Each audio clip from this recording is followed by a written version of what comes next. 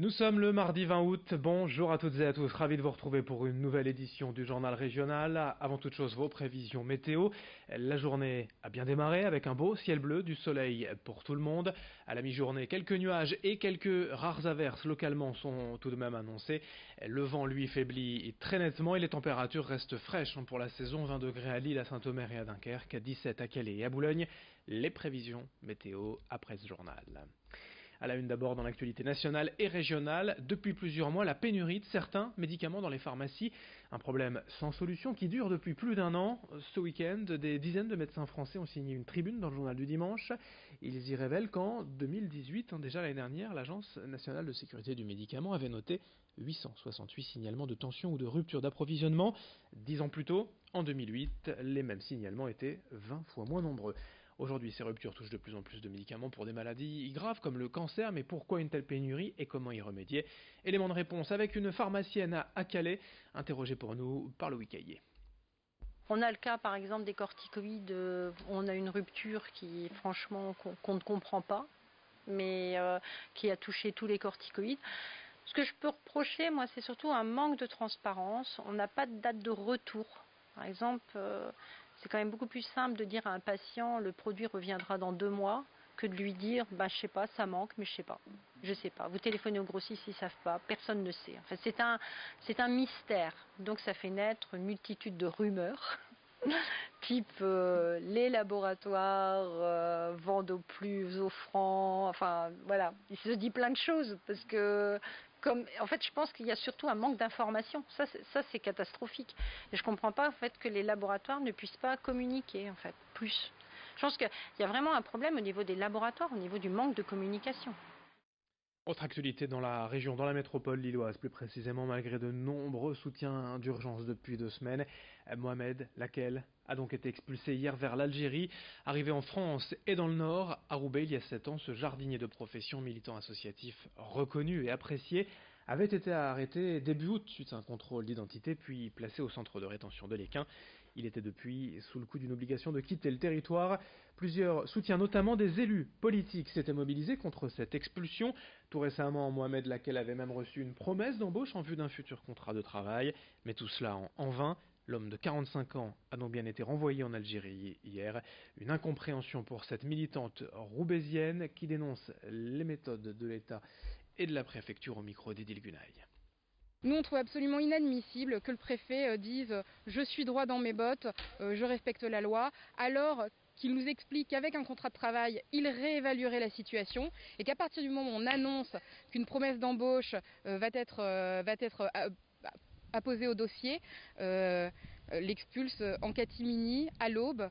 Voilà, on a l'impression quand même que c'est pas vraiment une attitude de quelqu'un qui assume totalement ce qu'il est en train de faire. Les parlementaires qui l'ont visité au centre de rétention administratif sont en train d'appeler le préfet, de lui envoyer des courriers, d'essayer de faire pression et nous demanderons à ce qu'il puisse revenir.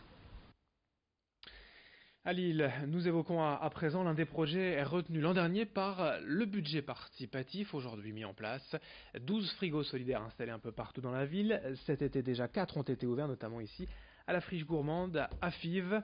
Le principe, c'est donc de venir y déposer des denrées non périmées, encore emballées, des produits ainsi mis à la disposition de tous et surtout des personnes en difficulté. L'idée, c'est donc d'éviter le gaspillage alimentaire, de contribuer à la solidarité locale. Les 3 autres frigos sont accessibles déjà au centre social du Faubourg de Béthune, au centre social des Bois Blancs et à l'épicerie solidaire de l'Homme. Présentation des types de produits que l'on peut y mettre au micro d'Edil Gunaï. Qui sont mis en place depuis un mois, donc ça fonctionne bien. Maintenant, c'est à nous de faire savoir et faire connaître aux personnes qu'il y a ces frigos solidaires et qu'on peut déposer des denrées dans ces frigos et qu'on peut venir aussi chercher des choses. Soit des boîtes de conserve ou vraiment des denrées qui sont pas périssables ou qui sont bien emballées, bien. Alors, dans les petits points de ce qu'on peut pas donner, c'est des produits qu'on a cuisinés soi-même, parce qu'il y a quand même, faut qu'on fasse quand même attention, mais vraiment des produits qui sont déjà faits, qui sont pas ouverts et qui sont pas périssables. Donc ici, c'est le CCAS de Lille qui gère ce frigo solidaire. Sur l'Homme, c'est aussi le CCAS. À Faubourg de Béthune et à Bois Blanc, c'est des centres sociaux. Donc il y a des personnes qui vérifient quand même les produits qui sont déposés et qui rentrent bien aussi, qui respectent bien la charte et les critères. Parce que l'idée, c'est pas non plus de donner n'importe quoi, d'y mettre n'importe quoi. Pour rappel, ces frigos solidaires ont donc été financés via l'enveloppe municipale lilloise dédiée au budget participatif l'an dernier. Une nouvelle édition est en cours. Vous avez jusqu'au 15 septembre pour proposer vos projets d'intérêt commun et collectif sur le site participer.lille.fr.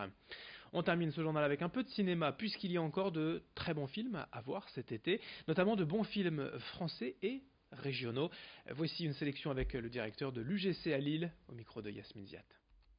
Je vous propose de faire une petite revue d'effectifs des grands films qui vont nous accompagner cet été, en juillet et en août. Et pour ceux qui ont la chance de partir en vacances, ou pas d'ailleurs, qui ont la chance de rester dans les cinémas ou de passer nous voir, je vous propose un certain nombre de films. Roubaix, nouveau film de Pléchin, qui est en plus quelqu'un qui est de la région. Film qui a été présenté également au Festival de Cannes. Et nous avons la chance de découvrir un Roubaix que certains ne connaissent sans doute pas, avec Roche Dizem qui joue le rôle d'un commissaire et qui est chargé d'une enquête policière. Et donc nous allons découvrir ces personnages, emmenés donc par un casting exceptionnel avec Roche Dizem, Léa Seydoux et Sarah Forestier. Et le film sort le 21 août. C'est bon. Allez, donne tes mains là. Non. Pourquoi tu cours, Farid? Quand on a le droit de courir, non? T'interpelles, tu t'arrêtes, c'est tout. Tu vas pouvoir passer à Néopost. Mais c'est sûr à 90% ce que je vous dis. Mais moi je veux du 100%. Pourquoi tu dis que c'est Marco et Mohamed si c'est pas eux qui font? Mais c'est des rats, ces clochards, tout le quartier il dit que c'est eux. Même eux, ils ont dit que c'était eux qui avaient cramé la maison. À découvrir à la fin de l'été, c'est le deuxième film de Grand Corps Malade. Ça s'appelle La vie scolaire. Et la particularité du film, comme son nom l'indique, parle de la vie scolaire, de l'équipe pédagogique et des profs dans un quartier dit difficile, dans le quartier des Francs-Moisins. Et Grand Corps Malade a décidé d'employer en majorité des acteurs dont c'est la première expérience cinématographique. Ça sort le 28 août. On t'entend, ça suffit maintenant. Ok, toi tu prends tes clics et tes claques et tu sors. Tu leur donnes aucune limite, tu crois que tu leur rends service? On les gère tous les élèves, d'accord, on n'est pas là pour faire un concours. Alors attends, quand un élève se fout ouvertement de ta gueule, qu'il dit que physiquement tu ressembles au fils de Trump croisé avec Van Gogh, pardon. Non, et pour moi c'est l'irrespect. Excuse-moi, franchement, sur la vie de ma mère, tu as la même tête que Van Gogh. Tout à fait d'accord. Tu le sais, t'as la tête à Van Gogh. La tête de Van Gogh. De Van Gogh. Excusez-le, c'est un prof de maths. Toi, t'es un prof de PS, tu pèses plus de 100 kilos, ça va. C'est de la marche. Bravo. Bien, un partout.